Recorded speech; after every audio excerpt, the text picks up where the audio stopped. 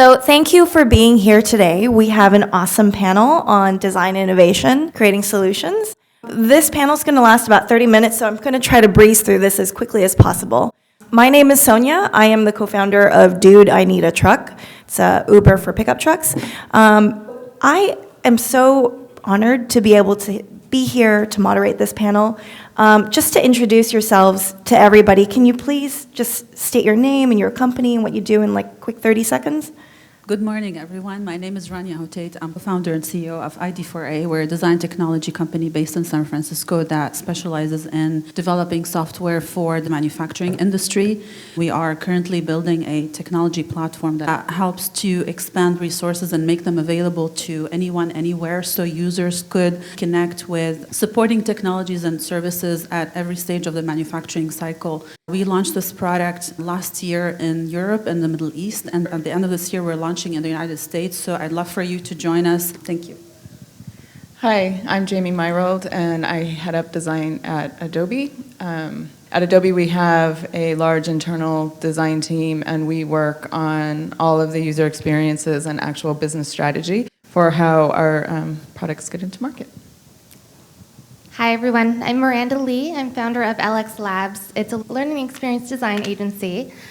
We use user experience and instructional design techniques to create training programs for organizations. You guys can find us online now. We just rebranded, formerly Hone, now LX Labs at learningexperience.co. Hi everyone, good morning. My name is Sylvia Vaquer. I am the creative director and co-founder of Sociofabrica. We are a San Francisco-based digital agency, and we specialize in web design and product development. Most recently, we've been working on a product called Nicho, which helps aggregate social content across the web to focus conversations that are happening in social media in general. Very cool. Thank you, ladies.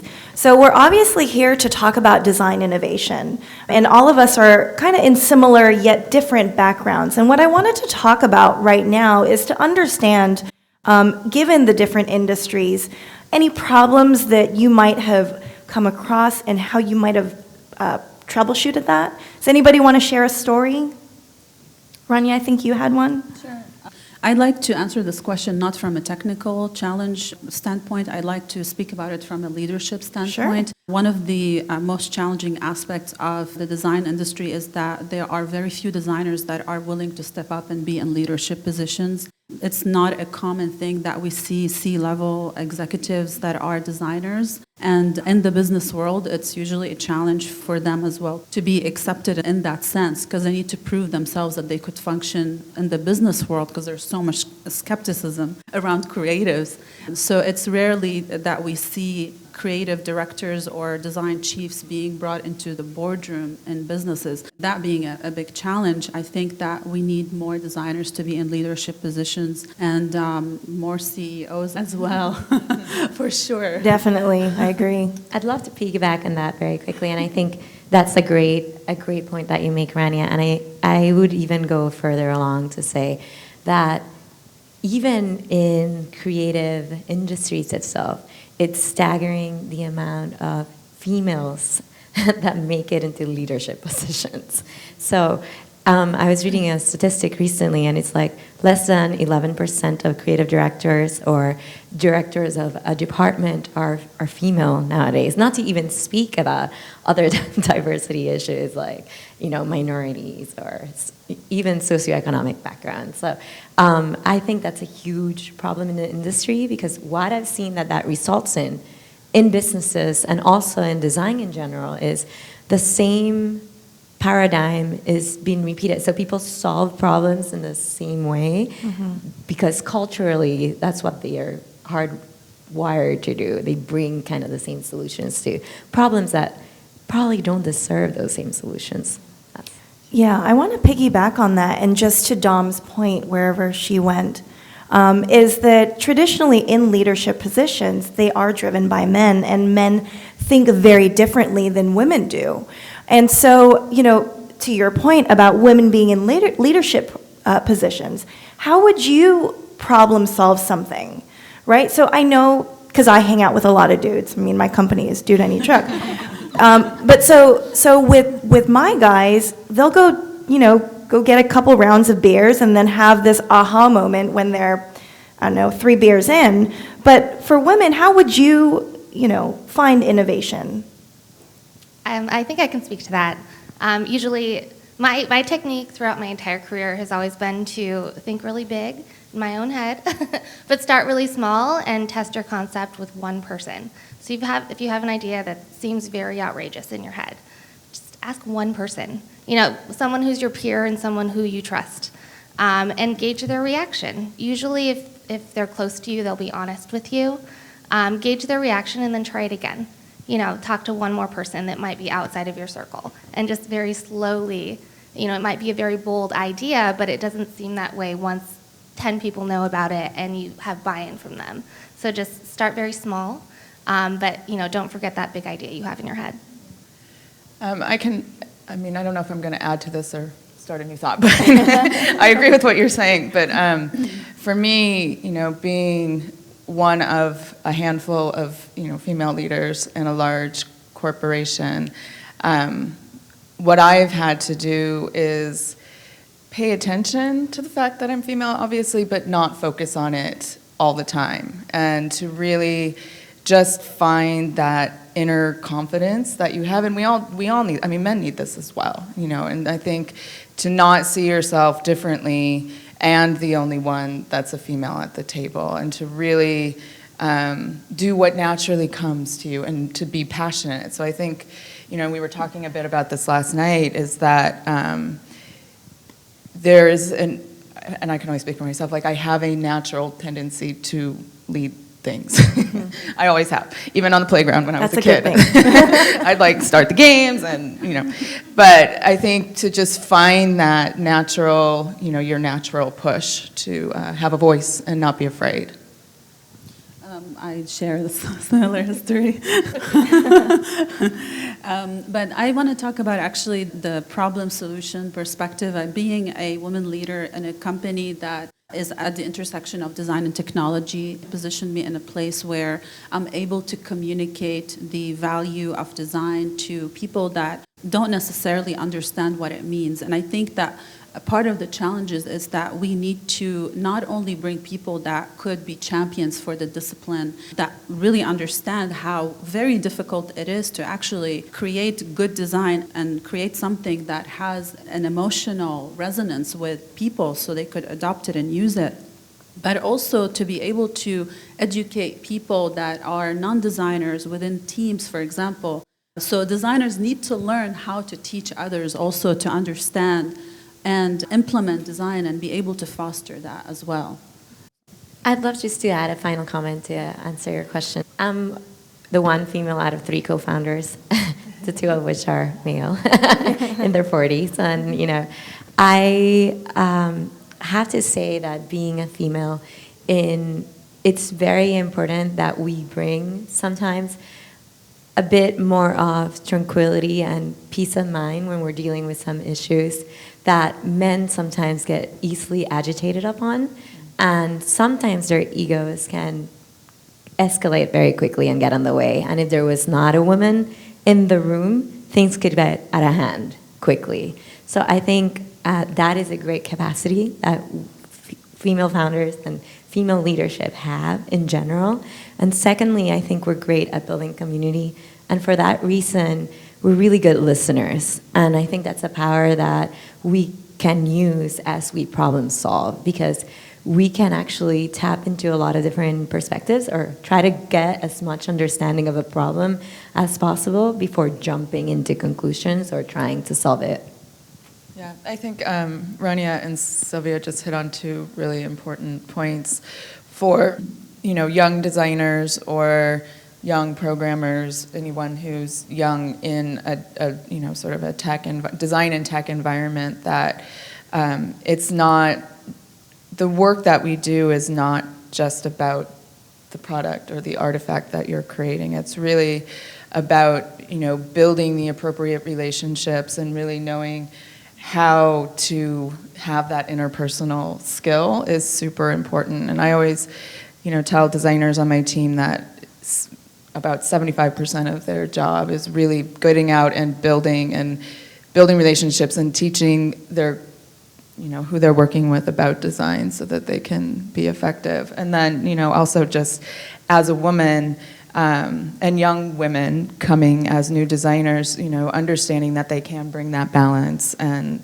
that sort of empathetic point of view to anything that we do.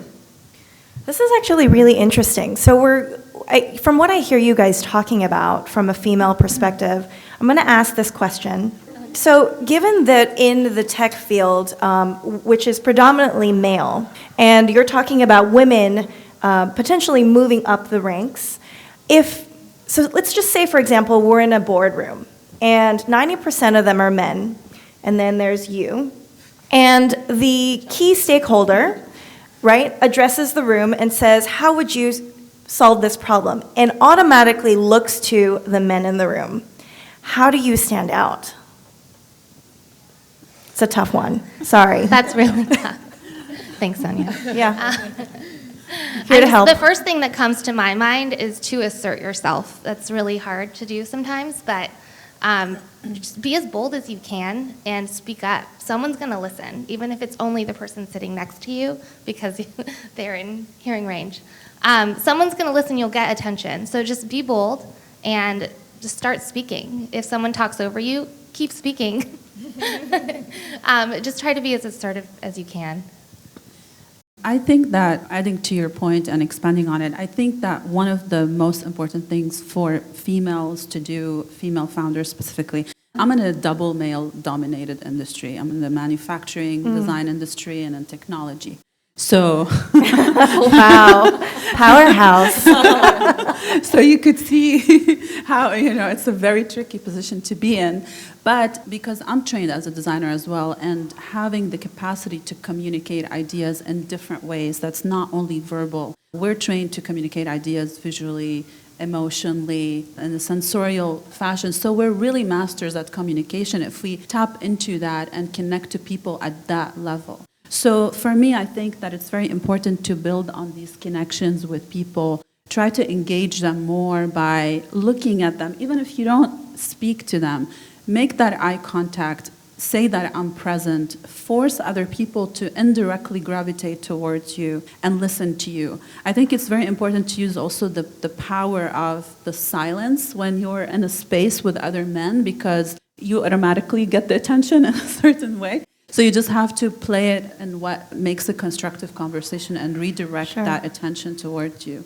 Yeah, I would totally agree with what you just said. I think this, sort of quiet assertiveness is something that's very effective in sort of C-level or board-level meetings where, and you see it, with men are always, jockeying for, having the loudest voice and having attention. And as a woman, if you get into that battle with them, you can actually end up looking worse. Yes. And sounding crazy, which is, a horrible thing because, so I think that really finding that quiet assertiveness and being confident that you will speak when you have something important and smart to say, and that you don't have to compete to have your voice heard.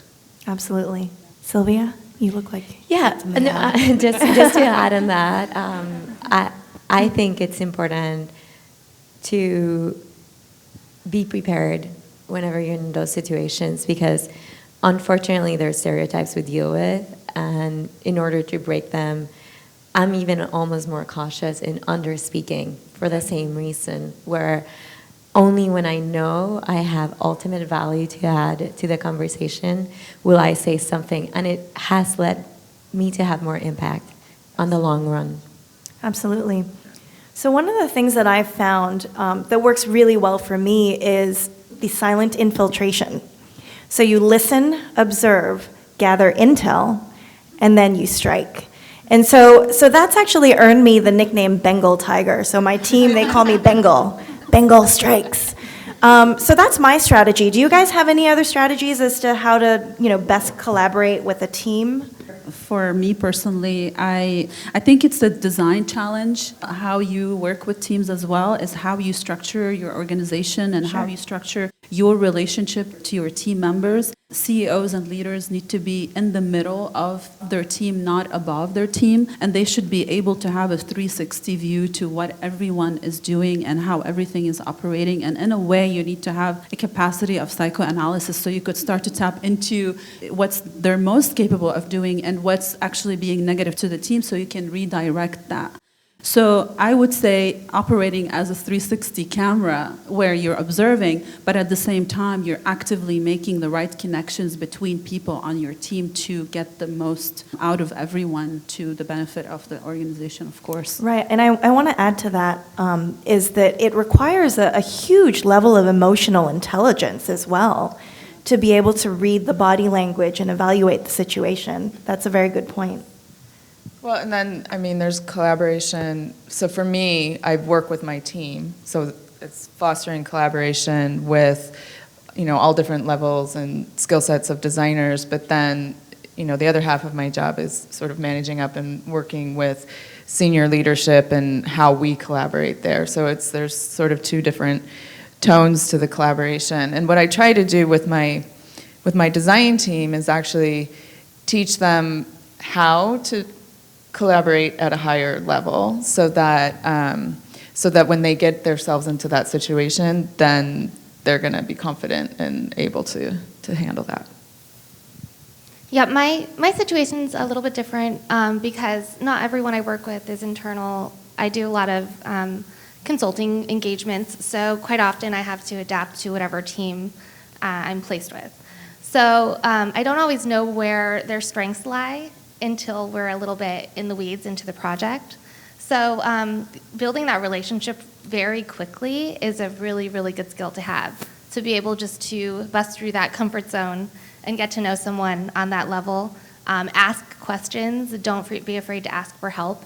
That's actually how sometimes I work projects individually, sometimes I'll bring consultants from my team into it.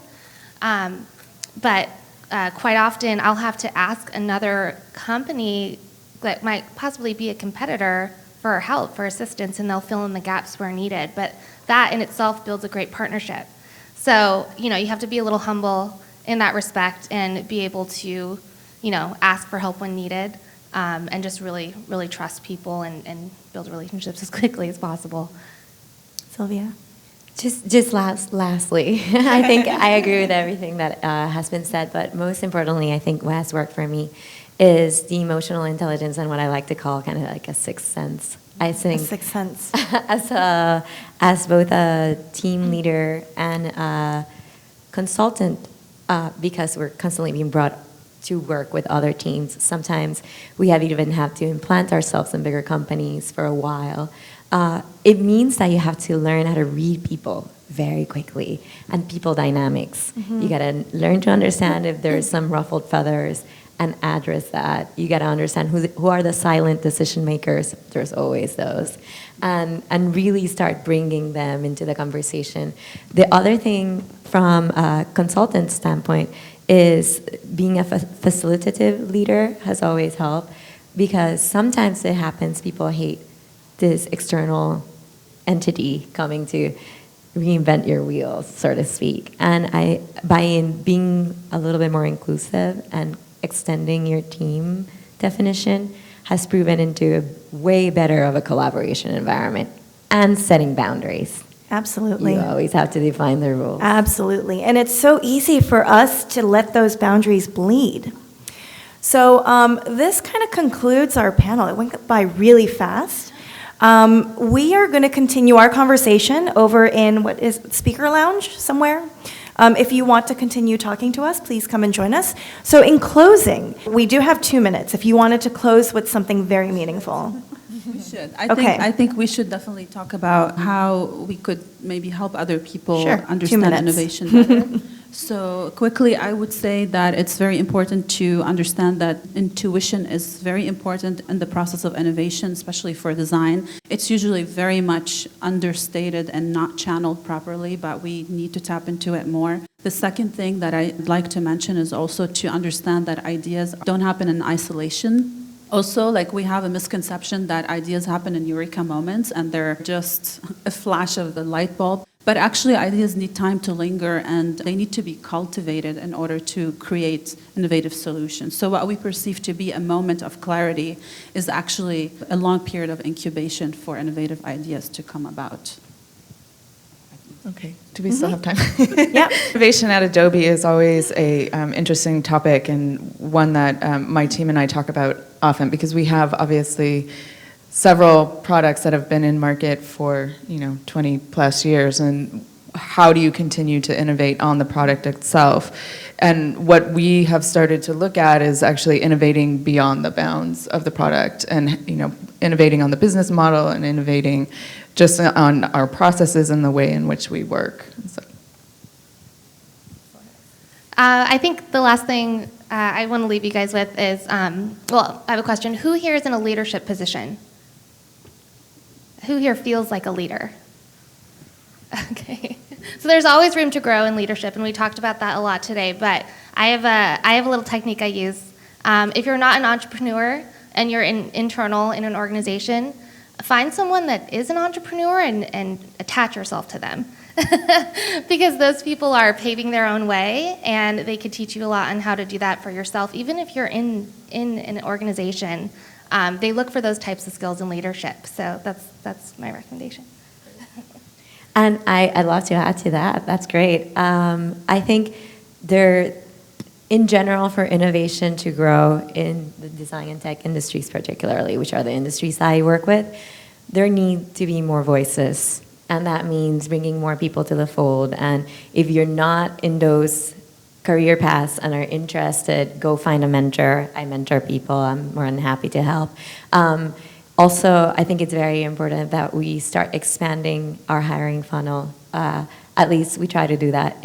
I have the blessing of being able to do that because I control the environment we have. But wherever you are in a position like that and you've been able to make it, please open the door so other people underneath can also step up and have the same opportunities you've been blessed to have. Thank you so much, ladies. I really enjoyed this. And thank you guys for staying with us.